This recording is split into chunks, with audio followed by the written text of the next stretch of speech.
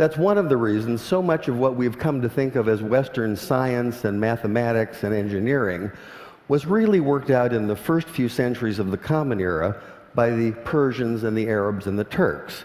This includes the little system in Arabic called algebra, and algebra roughly translates to the system for reconciling disparate parts. Algebra finally came into English as algebra, one example among many.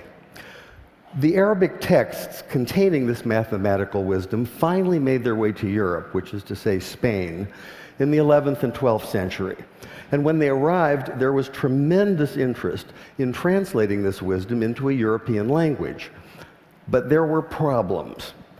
One problem is there are some sounds in Arabic that just don't make it through a European voice box without lots of practice. Trust me on that one. Also, those very sounds tend not to be represented by the characters that are available in European languages. Here's one of the culprits. This is the letter sheen, and it makes the sound we think of as sh, sh. It's also the very first letter of the word shay'un, which means something, just like the English word something, some undefined, unknown thing. Now, in Arabic, we can make this definite by adding the definite article al. So this is al-shay'un, the unknown thing. And this is a word that appears throughout early mathematics, such as this 10th century derivation of proofs.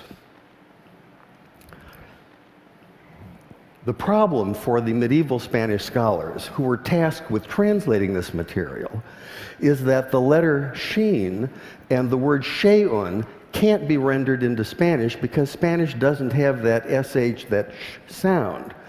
So by convention, they created a rule in which they borrowed the ck sound, the k sound, from the classical Greek in the form of the letter chi.